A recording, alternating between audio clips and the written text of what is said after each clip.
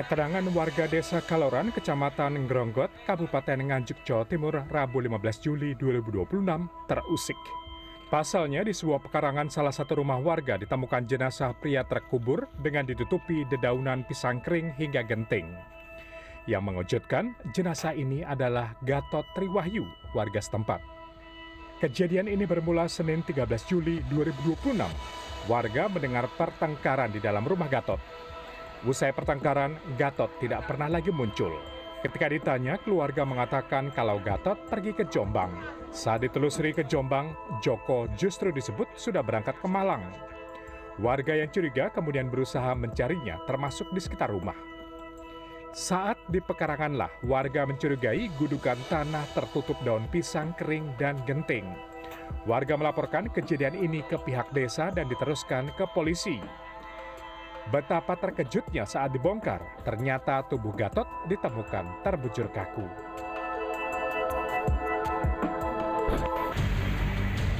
Tidak membutuhkan waktu lama, polisi menangkap dua pelaku yang diketahui berinisial MD 19 tahun, tidak lain adalah anak angkat korban, dan NJS 28 tahun, kekasihnya, warga desa Tanjung Anom, Nganjuk.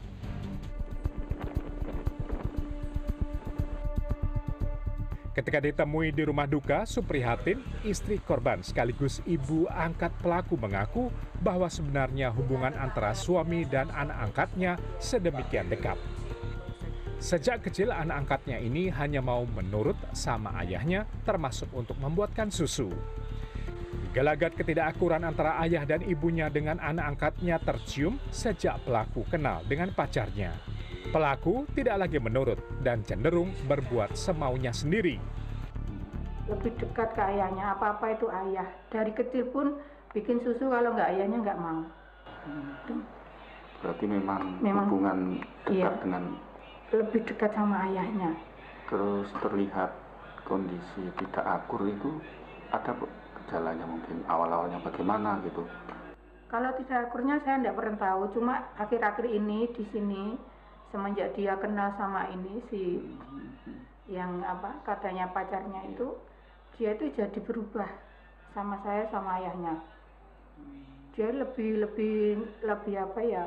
semaunya sendiri, nggak mau nurut kayak dulu. Tidak ada yang pernah menyangka anak angkatnya ini berbuat nekat dengan menghabisi ayahnya.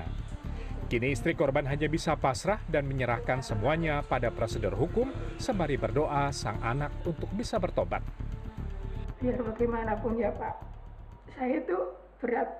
Di sisi lain suami saya, di sisi lain dia anak saya dari dia belum lahir. Kalau dibilang saya kecewa. Tapi kalau saya membalas menuntut dia, apa bedanya saya dengan dia? Sebelum melakukan aksinya, dua tersangka menyiapkan peralatan pembunuhan. Keduanya memiliki peran masing-masing. MD membekap mulut korban. Selanjutnya, NJS menjegal hingga korban terjatuh dan melakukan eksekusi dengan pukulan benda tumpul. Disinilah jasad Gatot pertama kali ditemukan oleh warga terkubur dengan puing-puing, genteng, dan daun pisang yang sudah kering. Jasad Gatot ini ditemukan terkubur setelah dieksekusi sendiri oleh anak angkatnya. Dan saat ini anak angkat dan pacarnya yang melakukan aksi kejinya itu telah ditangkap oleh petugas kepolisian. Di mata para tetangga, sosok pelaku dikenal pendiam. Pelaku baru tinggal di Nganjuk setelah beberapa tahun sebelumnya berdomisili di Solo, Jawa Tengah. Meski berkelakuan baik, tidak ada yang pernah menyangka pelaku berubah menjadi monster yang menakutkan. Biasa mawon iki. Nggih, jar petuk nggih sapa ngoten niku nggih biasa ngoten, mboten enten gerak-gerik sing mencurigakan nggih mboten. Menyangka nggak, Bu? Nggih mboten menyangka belas kok enten kejadian kados ngaten niki nggih mboten sangka blas. Sehari-hari ya diam, nak metu-metu niku nyapu, golek kucing ngoten tok nggih.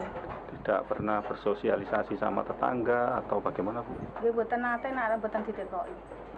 Kesehariannya ya nggak pernah Sosialisasi. Iya, sosialisasi kalau keluarga nggak, tangga nggak.